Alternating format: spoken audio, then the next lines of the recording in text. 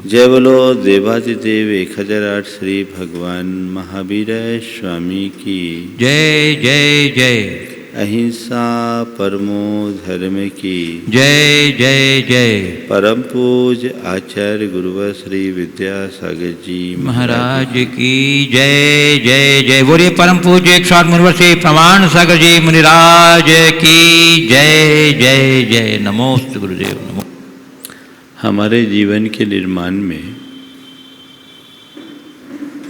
अनेक लोगों का योगदान होता है। जीवन हम एकाकी जीते हैं, लेकिन हमारे जीवन के इस निर्माण के क्रम में अनेक लोग सहभागी होते हैं। देखा जाए तो हमारे जीवन का क्रम अनेक लोगों के सहभागिता और सहयोग से ही पूरा होता है। हमारी संस्कृति में इसी बात को ध्यान रखते हुए कहा गया कि तुम्हारे जीवन में कभी कोई किसी भी प्रकार से सहायक हो तो तुम जीवन पर्यंत उसके प्रति कृतज्ञ बनो, उसके उपकार को स्मरण में रखो, अपने आप को उसका ऋणी मानो, अपने आचरण और व्यवहार से उसका बहुमान करो और कभी भी उन्हें किसी प्रकार का नुकसान मत पहुंचाओ। किए गए उपकारों को याद करना कृतज्ञता कहलाती है और उपकारों को भुला देना कृतज्ञता। कृतज्ञता को एक श्रेष्ठ गुण और कृतज्ञता को एक नीच कर्म के रूप में व्याख्यायित किया गया है। आज गुरुदेव उसी बात को ध्यान में रखते हुए हम सबको एक बड़ा मार्मिक संबोधन दे रहे हैं। खाओ पियो भी, खाओ पियो भी, थाली में छेद करो। कहाँ जाओगे? खाओ पियो भी, थाली में छेद करो, कहाँ जाओगे? हम लोगों ने बचपन से एक लोकोक्ति सुनी है, जिस थाली में खाए उसी में छेद मत करो। जिस थाली में खाए उसी में छेद करने वाला अच्छा इंसान नहीं माना जाता। ऐसे लोग बड़े स्वार्थी, धोखेबाज, कृतघ्न और निम्न श्रेणी के व्यक्तियों में गिने जाते हैं। गुरुदेव कह रहे हैं अपने जीवन में इस बात का ख्याल रखो। खाओ पियो भी, थाली में छेद करो, कहाँ जाओगे? बड़ा मार्मिक संबोधन और चेतावनी। आजकल ऐसे लोगों की बहुलता दिखती है। मतलब पढ़ने पर तो सब आगे पीछे घूमते हैं और मतलब निकल जाने के बाद कोई पहचानते भी नहीं। ये एक बहुत बड़ी दुर्बलता है। अपने जीवन में इसे कभी मत आने देना।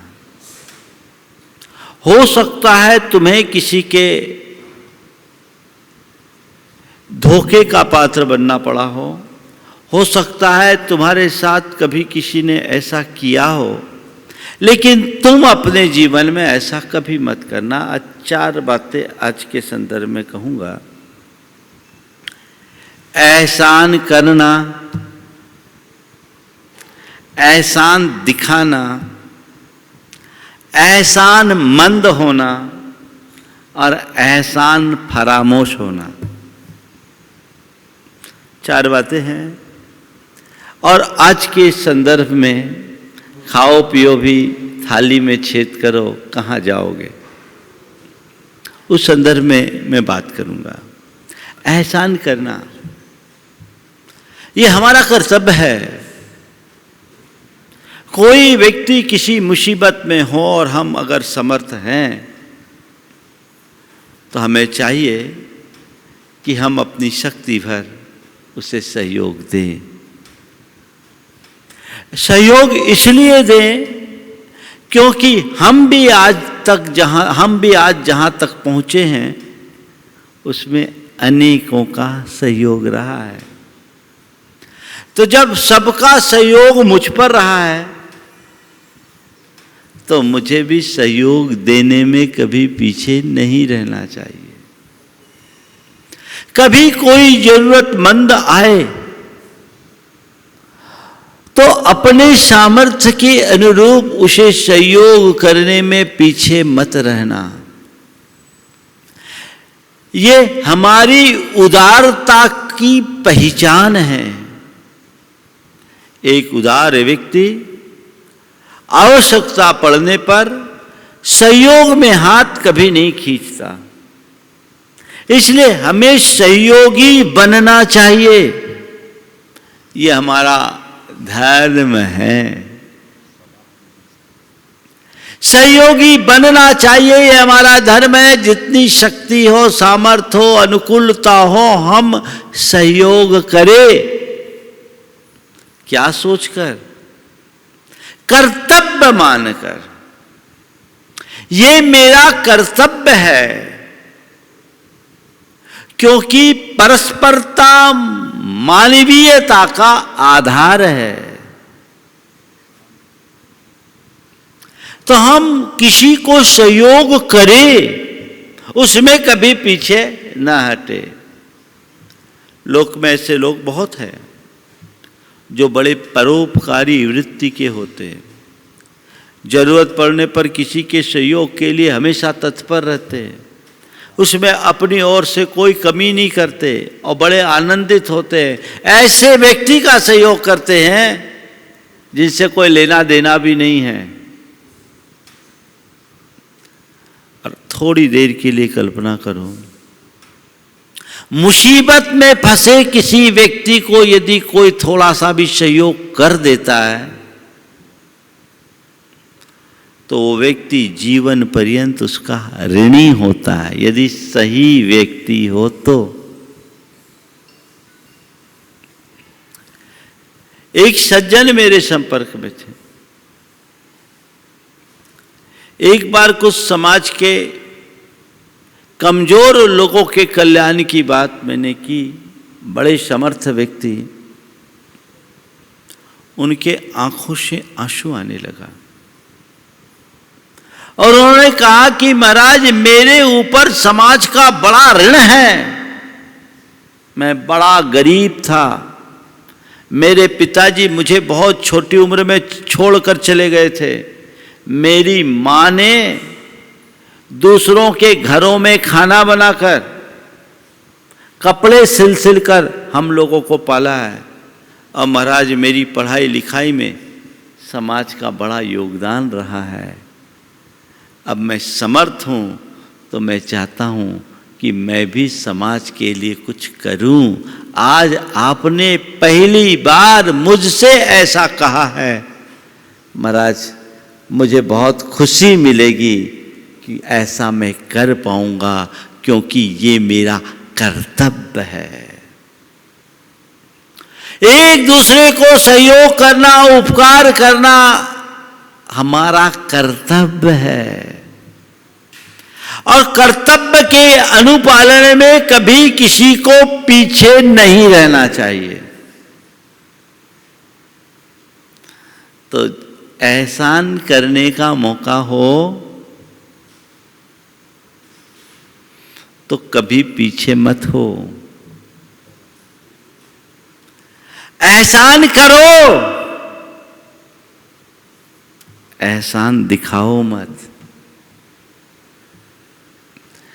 आजकल दूसरे श्रेणी के लोग भी बहुलता से दिखते हैं। वो जितनी मदद करते हैं उससे ज़्यादा प्रदर्शन करते हैं। आजकल तो देखो, अभी लॉकडाउन के टाइम में 4 रोटियां किसी को दी और फेसबुक में जला जा रहा है फोटो के साथ। ये क्यों? हाँ, इसका एक सकारात्मक दृष्टिकोण ये हो सकता है कि अच्छा कार्य करके हम उसे प्रचारित करें तो दूसरों के मन में अच्छा कार्य करने की प्रेरणा हो।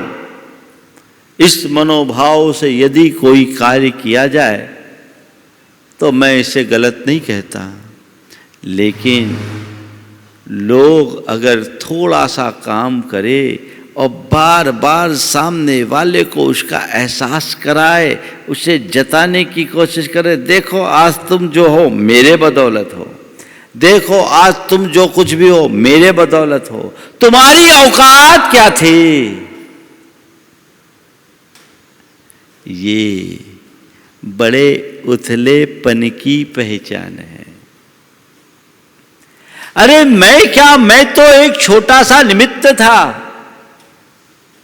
हो सकता है तुमने जिस पर एहसान किया आज वो शिखर पर पहुंच जाए, लेकिन इसको लेकर के तुम कभी ना अभिमान करना और न ही उस व्यक्ति को एहसास कराने की कोशिश करना कि तुम जो कुछ हो मेरे बदौलत हो। पर आजकल होता क्या है, थोड़ा सा सहयोग देते हैं। अरे देखो, तुम्हें पता है ना, अगर मैं नहीं होता तो तुम्हारा क्या होता, मेरी बदौलत तो तुम यहां तक आए हो। ये तुम्हारे कहने की बात नहीं है, ये सामने वाले को समझने की बात है। मुझ पर कभी कोई छोटा सा भी उपकार करे, मैं प्राणांत तक उसे ना भूलूं, पर मैं किसी पर कितना भी बड़ा उपकार कर दूं, पल भर को भी याद ना करूं। दूसरों के द्वारा स्वयं के प्रति किए गए उपकार को पत्थर की लकीर की तरह हृदय में अंकित करो और स्वयं के द्वारा दूसरों के प्रति किए जाने वाले उपकार को पानी की लकीर की तरह भूल जाओ। आजकल लोग एहसान जताने की कोशिश करते हैं और आप लोग भी कहते बड़ा एहसान जता रहे हो, है ना।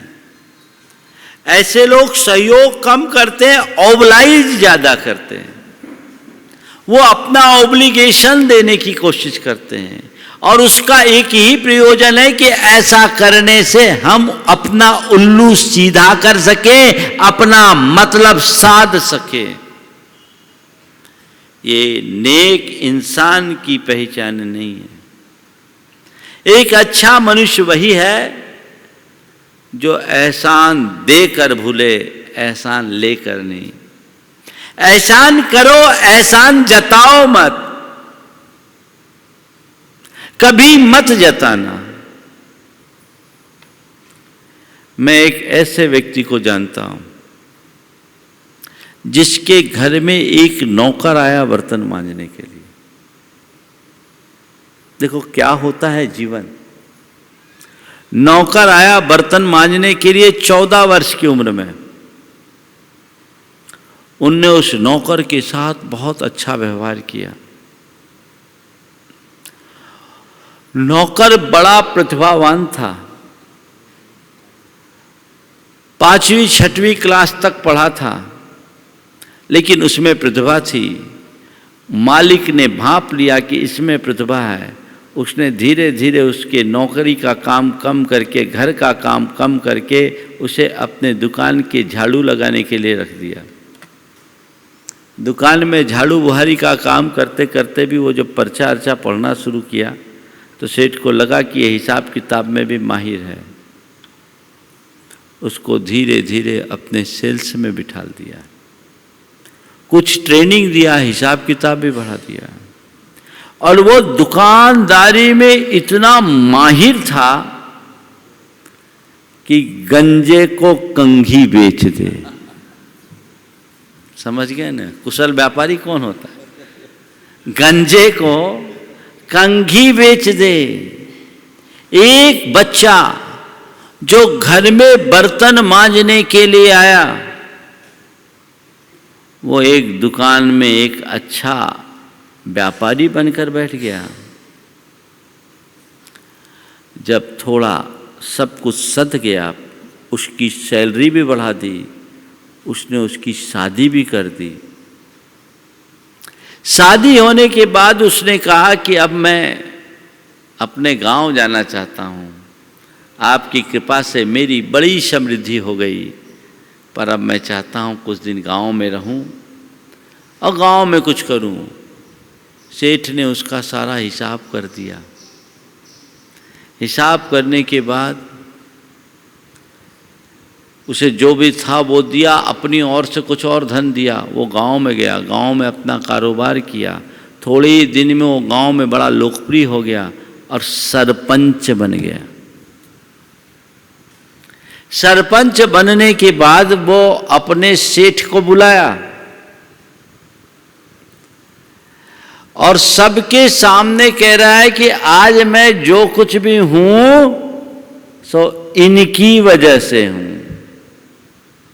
इन जैसे उदार हृदय का सानिध्य और शरण मुझे नहीं मिली होती तो आज तो मैं पता नहीं कहां फुटपाथ पर पड़ा होता, कब बस्सी धोता फिरता। लेकिन इन्होंने मुझे आदमी बना दिया। आज मैं जो कुछ हूं सो इनकी वजह से हूं। तो सेठ जी उठकर खड़े होते हैं और कहते हैं, इसमें मेरा कुछ भी नहीं है, ये जो कुछ भी है सो ये अपने पुरुषार्थ के बल पर है। इस व्यक्ति में योग्यता थी, लगन थी, निष्ठा थी, ईमानदारी थी, नेक नियति थी, ये प्रगति किया। मैं कौन होता हूं? मैं समझता हूं दोनों ने बहुत अच्छी भूमिका निभाई। सरपंच बनने के बाद भी सेठ के प्रति कृतज्ञता का भाव,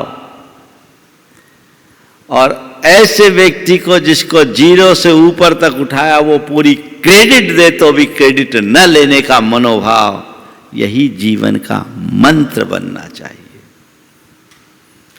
उल्टे अरे देखो मैंने उसे सरपंच बना दिया, आया था क्या था, फटा पैंट पहन के आया था, कुछ भी नहीं था उसको, आज मैंने उसे ये बना दिया। ये कौन सी बुद्धि है? ये कर्ता बुद्धि है। एक अच्छा इंसान एहसान करने में चूकता नहीं, पर कभी एहसान जताने की इच्छा भी नहीं करता। एहसान करो और भूल जाओ। हमारे यहां एक पुरानी कहावत है, नेकी कर दरिया में डाल, है ना? ये कहावतें बड़ी सार्थक है और इसमें एक अच्छी प्रेरणा है। तो हम जीवन में जब भी कभी किसी के साथ अच्छा करने का मौका आए, पीछे न हटे। ऐसे एहसान करे, पर एहसान जताने या एहसान दिखाने की कोशिश कभी न करे। हो गया, मैं तो निमित्त मात्र हूं, ये तो सब इसका अपना परिणाम है, मैं करने वाला कौन होता हूं? ऐसी सोच और समझ अपने अंतस में विकसित होनी चाहिए। तीसरी बात, एहसान मंद होना।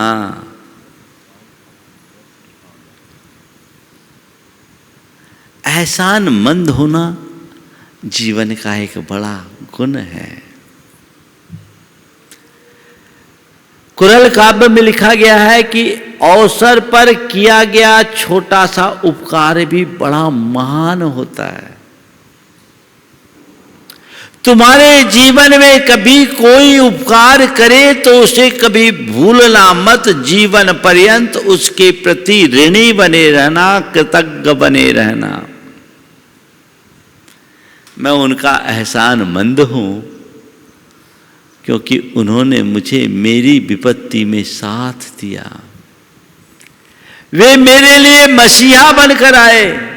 आज वो नहीं होते, उनने साथ नहीं दिया होता तो मैं पता नहीं कहां होता। मुझ पर बड़ा उपकार है, मैं इस जीवन में उनके ऋण को चुका नहीं सकूंगा। ये मनोभाव मन में होना चाहिए। हर किसी उपकारी के प्रति उपकार को याद करने का भाव, कृतज्ञता का भाव रखना चाहिए और उसके साथ सदैव वैसा ही व्यवहार करना चाहिए। हाँ, इसमें एक बात ध्यान रखना, आजकल की नई पीढ़ी के लोग इस तरह की बातें सुनकर कभी कभी चक्कर में फंस जाते हैं। कुछ लोग बुरे अभिप्राय से लोगों के मददगार बनते हैं, सहयोग देते हैं और कहते हैं कि वो फिर सामने वाला सोचता उसने बुरे वक्त में मुझे सहयोग दिया और मैं उसका ऋणी हूं, मुझे उसका एहसानमंद रहना है। और उस ग्रेटिट्यूड को प्रकट करने के भाव में कई बार सामने वाला अपने उपकारों का दुरुपयोग करता है और लोग मर्यादा विहीन आचरण भी कर देते हैं, अपनी मर्यादाएं भी तोड़ देते हैं। ऐसा मैं इसलिए कह रहा हूं कि जब मैं एक्ट प्रोग्राम कराता उस समय कन्फेशन की बात आती तो अनेक युवकों और युवतियों ने मुझसे ये कहा कि सामने वाले के एहसान के बोझ में दबकर मैंने मर्यादा तोड़ी। तो हमारे ही प्रवचन को सुनकर के महाराज ने कहा किसी ने तुम्हें कोई थोड़ा सा भी उपकार किया जीवन भर याद रखना, तो भैया वो मेरा उपकार ही है, चाहे जो कर ले, रोम रोम समर्पित करना पर मर्यादा के भीतर। मर्यादा मेरा धर्म है, वो खंडित नहीं होना चाहिए। मुझे अपनी सीमा का उल्लंघन कभी नहीं करने देना है, नहीं तो भावुकता में लोग गड़बड़ कर जाते हैं। तो एहसानमंद रहो, जिनका भी तुम पर एहसान रहा है उनके प्रति कृतज्ञता का भाव रखो। ये सब आपके बदौलत। देखो बड़े लोगों के अंदर कैसा भाव होता है।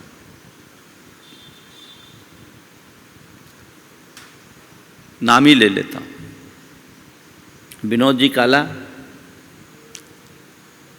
उन्होंने एक व्यक्ति से परिचय कराया। बोला महाराज जी इनके परिवार का हम पर बड़ा उपकार है। बोले क्या? बोले हमारे पिताजी जब देश से आए थे तो सबसे पहले इनके यहां ठिकाना पाए थे। महाराज जी जो भी है सो इनकी कृपा से है, आज अगर उस समय सहारा नहीं मिला होता तो हम कहां होते। जिनके बारे में बताया, जिनका परिचय करा, उनका कुछ सीधा रोल नहीं था, उनके दादाजी का रोल था और इनका भी सीधा कोई संबंध नहीं था, इनके पिताजी का संबंध था। लेकिन मेरे पिताजी जब आए तो इनके ठिकाने से अपने कारोबार की शुरुआत किए, तो ये कितना बड़ा उपकार है। आज व्यक्ति समृद्धि के शिखर पर बैठ जाने के बाद भी, पहुंच जाने के बाद भी उसे याद रख रहा है। यही ग्रेटिट्यूड है, यही ग्रेटफुलनेस है। कृतज्ञता से जीवन की उन्नति होती है। आभार प्रकट करोगे अहंकार मिटेगा, विनय जागेगा, उससे जीवन की प्रगति होगी। मैं कहीं भी क्यों ना पहुंच जाऊं, अगर मुझे किसी ने कोई थोड़ा सा भी सहयोग दिया तो उसे जीवन में कभी ना भूलूं। भारतेंदु हरिश्चंद्र के पास उनका एक मित्र आया, व्यापारी मित्र था। देखा कि भारतेंदु जी के बहुत सारे पत्र रखे हैं, लिखे पड़े हैं, लेकिन वो पोस्ट नहीं हुए।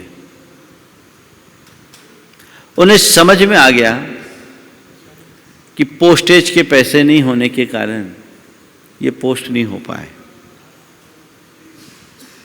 उन्होंने फट से पैसे निकाल करके डाक टिकट मंगवाए, सब में टिकट चिपकाए, पोस्ट करा दिया। पत्र सब चले गए, उनके बहुत सारे काम हो गए। उसके बाद जब स्थितियां अनुकूल हुई, वो मित्र जब भी भारतेंदु जी के पास जाए वो अपने जेब से निकाल के 5 रुपए उनके जेब में डाल दे। बोले किस बात के पैसे? बोले आपने उस दिन पोस्टेज डाला था ना, पोस्टेज मंगाया था, डाक टिकट मंगाए थे। 1 बार हो गया, 2 बार हो गया, 3 बार हो गया। बोले हद हो गई, मैंने 1 बार आपके लिए थोड़े से पैसे 5 रुपए लगाए और आप जब जब आता हूं 5 रुपए मेरे जेब में डालते हैं। ऐसा करोगे तो मैं आपके पास आना बंद करूंगा। बोला नहीं भाई, सवाल 5 रुपये का नहीं, जिस परिस्थिति में आपने मुझे 5 रुपए का सहयोग दिया उसका ऋण यदि रोज आपके जेब में 5 रुपए डालता रहूं तो भी नहीं चुका सकता हूं। ये एहसान मंद होने की पहचान, सबके प्रति एहसानमंद हो।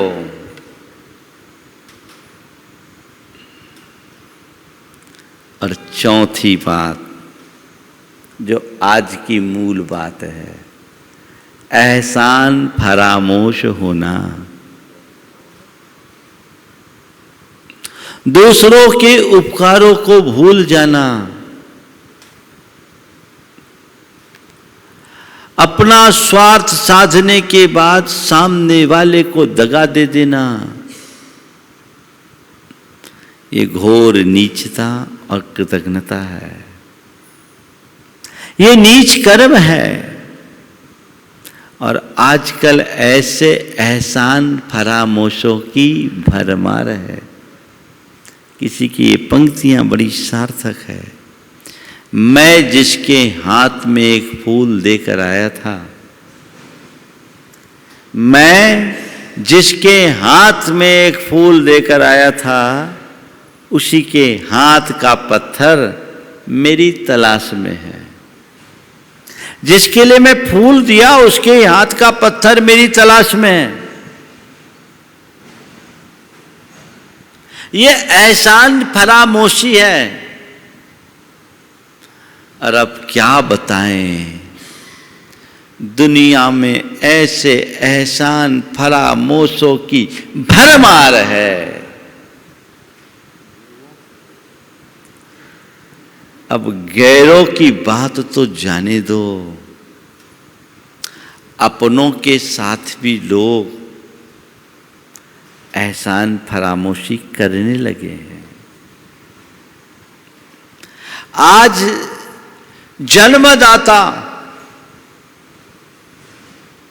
माता पिता भी अपनी ही संतान की उपेक्षा और तिरस्कार के पात्र बन रहे हैं।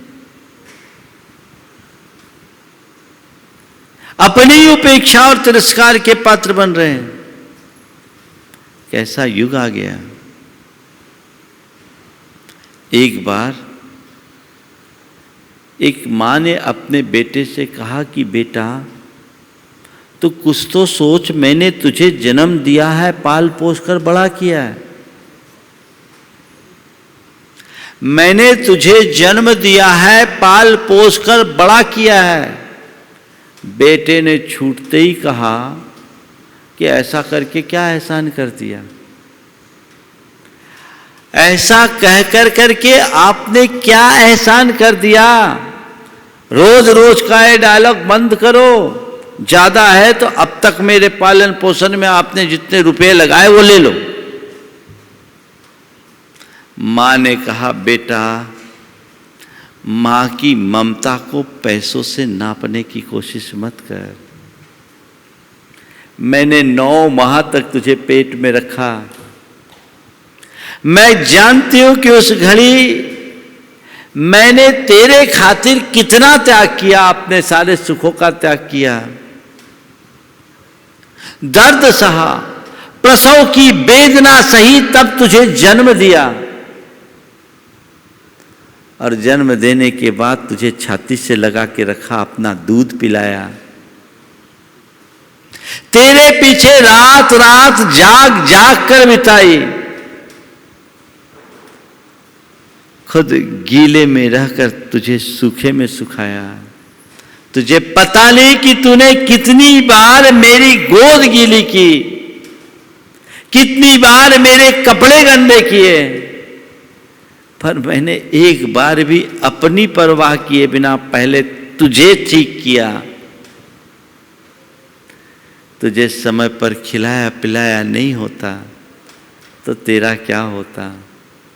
बीमार पड़ने पर तुझे डॉक्टर को न दिखाया होता तो क्या होता। और आज की पढ़ी लिखी माताओं की भांति कदाचित तुझे पेट से ही परलोक पहुंचा दिया होता तो तेरा क्या होता।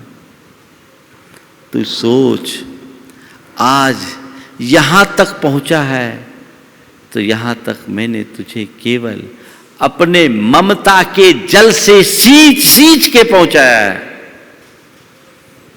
तो पैसे देना चाहता है तो बता क्या पैसा देगा। 9 महीना पेट में रहने के कितने पैसे देगा। जन्म देने के तू कितने पैसे दे पाएगा। तुझे खिलाने पिलाने नहलाने धुलाने में मैंने जो श्रम किया उसका तू क्या मूल्य आंकेगा। तुझे पढ़ा लिखा करके इतना बड़ा किया उसका तू क्या पैसा देगा। तू सोच, तेरे पास कोई जवाब है। बेटा को तुरंत अपनी भूल का एहसास हुआ और माँ के चरणों में गिर पड़ा। कहा, माँ मुझे माफ करना, मैं नशे में था, मैं अपने जवानी के नशे में था, मैं इन सब चीजों को भुला दिया। माँ सच में आज तूने मुझे एहसास करा दिया कि आखिर माँ क्या है, माँ का उपकार क्या है। जिनके हृदय में अच्छे संस्कार होते हैं वे कभी अपने माता पिता के प्रति ऐसा व्यवहार नहीं करते। लेकिन आजकल ये बातें आम होने लगी है और ये सारी बीमारी पढ़े लिखों के साथ है, गैर पढ़े लिखों के साथ नहीं। क्यों? लोग पढ़ लिख करके ज्ञानी तो बन रहे हैं पर समझदार नहीं। गुरुदेव का एक हाइकू है,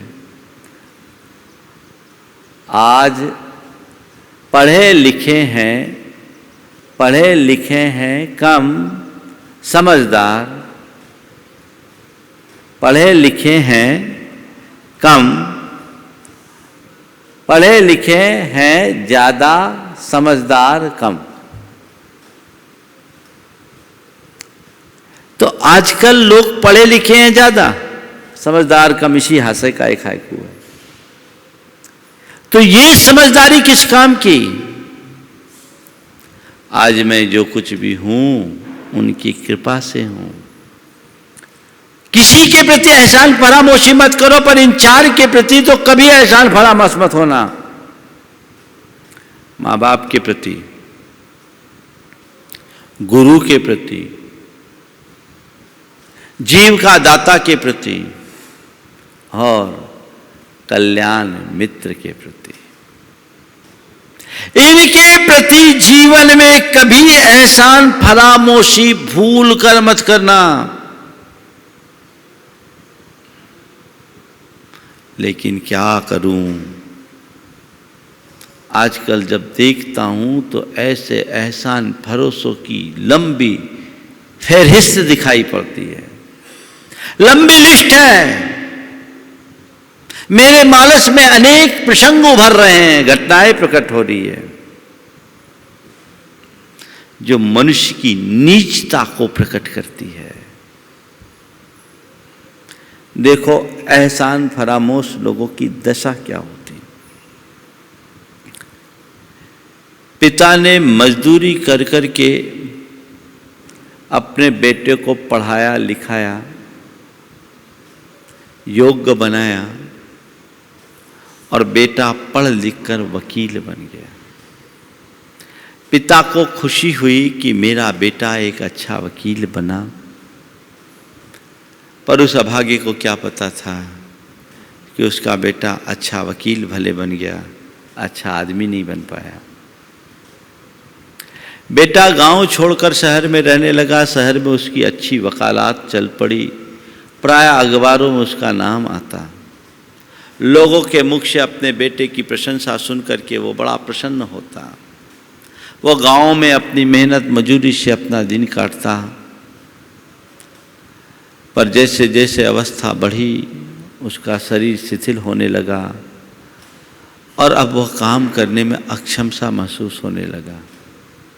उसे रोज इसी बात का ख्याल होता कि मेरा बेटा आएगा और अब मुझे यहाँ से ले जाएगा, मेरे बुढ़ापे के दिन अब अच्छे से बीतेंगे।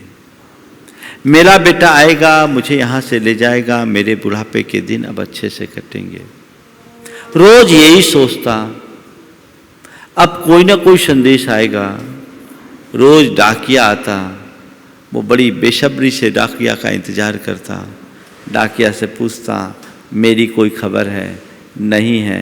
वो निराश होकर उठता और सोचता चलो आज नहीं कल आएगा, आज नहीं कल आएगा, आज नहीं कल आएगा। महीनों बीत गए लेकिन बेटे ने कभी अपने पिता की सुध नहीं ली। अब तो खाने की भी लाले पड़ने लगे। एक बार गांव भर के लोगों ने इकट्ठे होकर उससे कहा कि यहां रहने से अब कोई लाभ नहीं, तुम यहां से शहर चले जाओ, तुम्हें देखकर बेटा कुछ तो पसीजेगा। लोगों ने चंदा एकत्रित करके उसके किराए की व्यवस्था की, बस पे बिठाला। वो गांव से शहर की ओर बढ़ा। लोगों से पता पूछता पाछता सीधे अपने बेटे के बंगले की ओर पहुंचा। जैसे ही वो बंगले के निकट पहुंचा, देखा उसका बेटा घर से बाहर निकलकर कार में बैठ रहा है। बेटे की नजर अपने पिता पर पड़ी। पिता ने पूछा बेटे कैसे हो? बेटे ने बेरुखी से कहा अच्छा हूं, और गाड़ी पर सवार हो गया। गाड़ी रफ्तार पकड़ ली। पिता हक्का बक्का रह गया। हाय, अभी तो मैंने बेटे से एक क्षण बात भी नहीं की, क्षण भर देखा भी नहीं, पर पिता की ममता ने जोर पकड़ा। जरूर कोई जरूरी काम होगा, अदालत का समय हो गया है, मैं भी बिना सूचना के आ गया, कोई जरूरी मुकदमा होगा। कोई बात नहीं, चलो अदालत ही तो गया होगा, कचहरी ही तो गया होगा, मैं चलता हूँ, धीरे धीरे चलूँगा, इस बहाने शहर भी घूमना हो जाएगा। वह धीरे धीरे कचहरी पहुँचा। कचहरी परिसर में देखता क्या है, उसका बेटा किसी मुकदमे की बहस की तैयारी में है। प्रतिवादी वकील के आने की प्रतीक्षा है। ये सीधे अदालत परिसर में पहुंचा और ड्योढ़ी पर जाकर बैठ गया, दरवाजे पर बैठ गया। टकटकी लगाकर अपने वकील बने बेटे को देखता रहा। चूंकि अभी कामकाज चालू नहीं हुआ था, जज साहब की नजर उस बूढ़े पर पड़ी। जज साहब ने वकील साहब से पूछा कि वकील साहब, दरवाजे पर ये आदमी बैठा, ये कौन है? दरवाजे पर जो आदमी बैठा वो कौन है? वकील साहब को तो ऐसा लगा मानो किसी ने घड़ों पानी डाल दिया। वो सख्ते में आगे क्या बोलूं, लेकिन तभी अपने आप को सावधान करते हुए ने कहा, जी वो मेरे गांव का आदमी है। जज साहब ने पूछा, वकील साहब दरवाजे पर जो आदमी बैठा वो कौन है? बहुत देर से आपको निहार रहा है, आपका कोई संबंधी तो नहीं? उसका चेहरा भी आपसे कुछ कुछ मिलता जुलता है। वकील ने अपने आप को संभालते हुए कहा, जी वो मेरे गांव का आदमी है। ये शब्द पिता के कानों में पड़े, हृदय को बीध गए। वो उठकर खड़ा हुआ और स्वाभिमान से उसका चेहरा उद्दीप्त हो गया। उसने कहा, जज साहब ये आदमी ठीक कहता है, जज साहब ये आदमी ठीक कहता है। मैं इसके गांव का आदमी तो हूं ही, इसकी मां का भी आदमी हूं। मैं इसके गांव का तो आदमी हूं ही, मैं इसकी मां का भी आदमी हूं। जज साहब अपने आसन से उठे और उसके चरणों में शीश रखा कर अपने माथे पर रज लगा लिए और वकील साहब से कहा, वकील साहब यद्यपि आपके व्यक्तिगत जीवन में हस्तक्षेप करने का मुझे कोई अधिकार नहीं, लेकिन मैं तो इतना ही कहता हूं, इस प्रकार के अभाव और विपन्नतापूर्ण स्थिति में रहकर मेरे पिता ने मुझे इस लायक बनाया होता, पढ़ा लिखा कर योग्य बनाया होता, तो मैं इन्हें गांव का आदमी कहना तो दूर, धरती पर पैर नहीं रखने देता। लानत है आपको। ये क्या है? एहसान फरामोशी का घिनौना उदाहरण। ऐसे एक नहीं अनेक प्रसंग हैं। कभी एहसान फरामोश मत हो। गुरु के प्रति भी कृतज्ञ रहो। गुरु के एहसान को कभी मत भूलना। हालांकि गुरु कभी एहसान जताते नहीं, लेकिन गुरु के निमित्त से मेरे जीवन का कल्याण हुआ, मेरे जीवन की दिशा बनी, मुझे सही दशा, आज मैं अपने जीवन की दशा को बदला हूँ। मैंने सच्ची राह पकड़ी, अपने आत्मा को जाना, अपने जीवन के मर्म को पहचाना, सतपथ का राही बना हूँ, तो जीवन पर्यंत गुरु चरणों में कृतज्ञ रहूँगा। अपने जीवन के विकास की सारी क्रेडिट उन्हें दूंगा। ये मनोभाव होना चाहिए।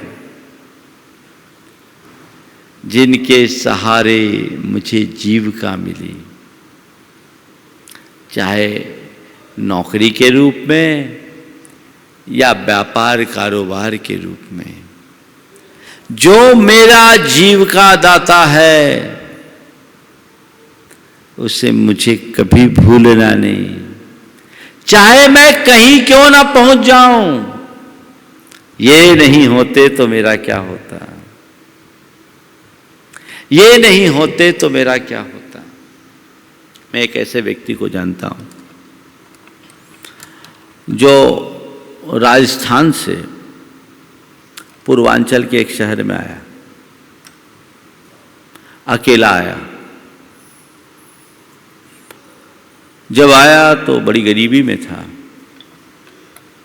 एक व्यक्ति जो बड़े दूर के उसके रिश्तेदार होते थे, केवल उनसे उनका परिचय था, पर वो बड़े उदार चित्त थे। आकर के उनसे मिला, उन्होंने कहा कोई बात नहीं, गद्दी में सो और बासे में खाना खाओ, थोड़े दिन रहो। पहले उधर ऐसा चलता था, हर मारवाड़ी की अपनी गद्दी होती थी और एक सामूहिक बासा यानी भोजनालय चलता था। आज भी कई जगह है लेकिन अब कम हो गया। गद्दी में सो और बासे में भोजन करो, रहो। एक हफ्ते में उसने उनके गुणों को देखा।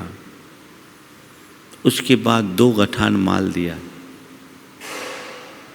माल देने के बाद कहा जाओ अपना काम करो। उसके भाग्य को परखा।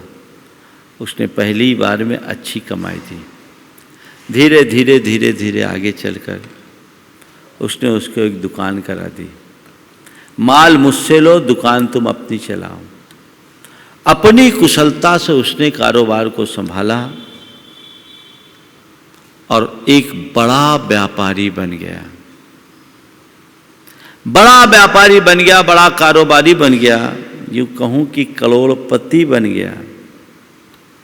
पर आज भी वो व्यक्ति एक ही बात कहता है, आज मैं जो कुछ हूँ इनकी बदौलत हूँ, क्योंकि जब मैं यहाँ आया था मेरे पास कुछ भी नहीं था और मुझे कोई पहचानता भी नहीं था। आज जो कुछ भी हूँ इनकी बदौलत हूँ।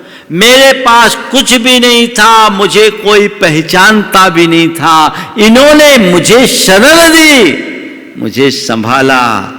आज जो कुछ हूँ इनका हूँ। मैं पूरे जीवन इनके चरण धो करके पीऊंगा तो भी इनका ऋण नहीं चुका सकूंगा। ये एहसानमंदता है। पर आजकल कोई दूसरा बड़ा निकल आगे बढ़ जाए तो पहले उसी को चूना लगाएगा जिसके सहारे आगे बढ़ा। बहुत से ऐसे उदाहरण हैं। व्यक्ति के पास आकर के काम सीखता है और फिर अपना अलग दुकान कर बैठता है, अपना अलग धंधा कर बैठता है और उसी को चूना लगा देता है जिसने सब कुछ सिखाया। कहाँ है हमारा एथिक्स? जीवन में ऐसी एहसान फरामोशी कभी मत करना। और कल्याण मित्र वह मित्र जो तुम्हें हमेशा अच्छी प्रेरणा देता हो, जो हमेशा तुम्हारा हित चाहता हो, जो तुम्हारी भलाई की बात सोचता हो। उस व्यक्ति के साथ कभी दगाबाजी मत करना, कभी धोखा मत करना, एहसान फरामोशी मत रखना, उसके प्रति नम्र दृष्टि रखना, तो जीवन का उद्धार होगा। अन्यथा खाओ पियो भी, थाली में छेद करो, कहाँ जाओगे?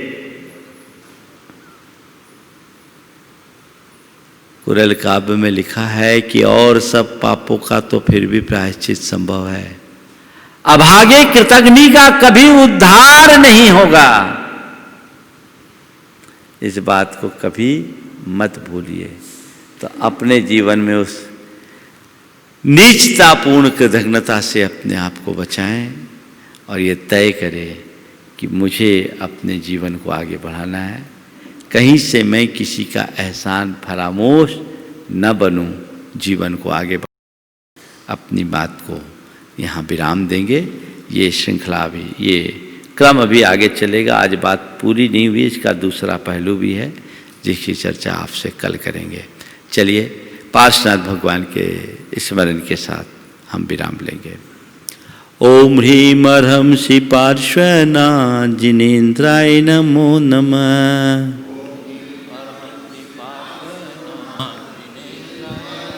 नमः।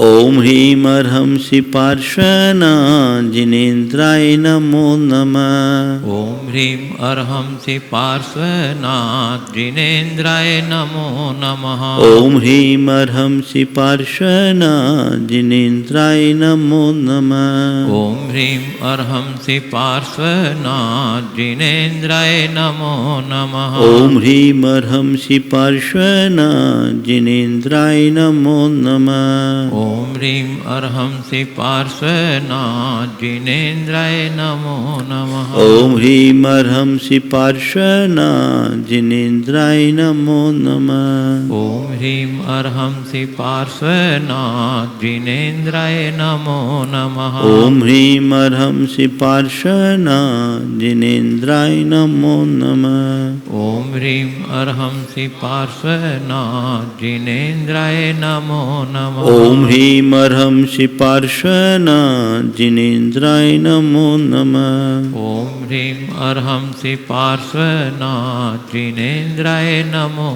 नमः। ओम ह्रीं अर्हं श्री पार्श्वनाथ जिनेन्द्राय नमो नमः। ओम ह्रीं अर्हं श्री पार्श्वनाथ जिनेन्द्राय नमो नमः। ओम ह्रीं अर्हं श्री पार्श्वनाथ जिनेन्द्राय नमो नमः। ओम ह्रीं अर्हं श्री पार्श्वनाथ जिनेन्द्राय नमो नमः। ओम ह्रीं अर्हं श्री पार्श्वनाथ जिनेन्द्राय नमो नमः। ओम ह्रीं अर्हं श्री पार्श्वनाथ जिनेन्द्राय नमो नमः। ओम ह्रीं अर्हं श्री पार्श्वनाथ जिनेन्द्राय नमो नमः। ओम ह्रीं अर्हं श्री पार्श्वनाथ जिनेन्द्राय नमो नमः। ओम ह्रीं अर्हं श्री पार्श्वनाथ जिनेन्द्राय नमो नमः। ओम ह्रीं अर्हं श्री पार्श्वनाथ जिनेन्द्राय नमो नमः। ओम ह्रीं अर्हं श्री पार्श्वनाथ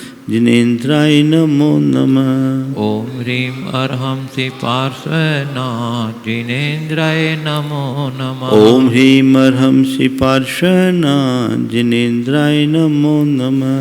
ओम ह्रीं अर्हं श्री पार्श्वनाथ जिनेन्द्राय नमो नमः। ओम ह्रीं अर्हं श्री पार्श्वनाथ जिनेन्द्राय नमो नमः। ओम ह्रीं अर्हं श्री पार्श्वनाथ जिनेन्द्राय नमो नमः। ओम ह्रीं अर्हं श्री पार्श्वनाथ जिनेन्द्राय नमो नमः। ओम ह्रीं अर्हं श्री पार्श्वनाथ जिनेन्द्राय नमो ओम नमः। ह्रीं अर्हं श्री पार्श्वनाथ जिनेन्द्राय नमो नमः। ओम ह्रीं अर्हं श्री पार्श्वनाथ जिनेन्द्राय नमो नमः। जय बोलो चिंतामणि श्री पार्श्वनाथ भगवान की जय। परम पूज्य आचार्य गुरुवर श्री विद्यासागर जी महाराज महाराज की जय।